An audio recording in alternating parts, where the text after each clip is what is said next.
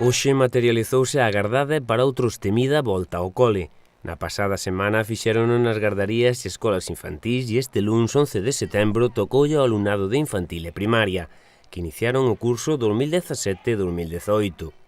Na comarca de Chantada foron oficialmente un total de 627 os nenos e nenas que cargaron mochilas e empezaron hoxe as clases.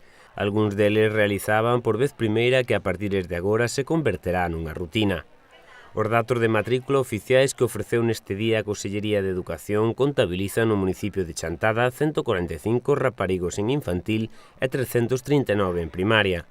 No centro educativo Xoán de Requeixo a xornada de hoxe aínda non foi de comezo rutineiro para os máis pequenos que chegan por vez primeira ás aulas, que ata o de agora só tiveron un contacto inicial xunto cos nais e pais e que mañá inician o cole con normalidade.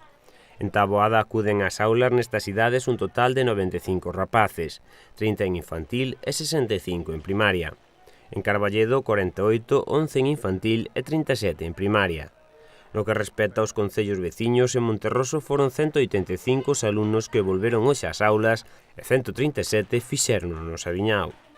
En total, nos centros galegos de educación infantil están matriculados 58.948 alumnos e alumnas, un 2,3% menos que no curso anterior.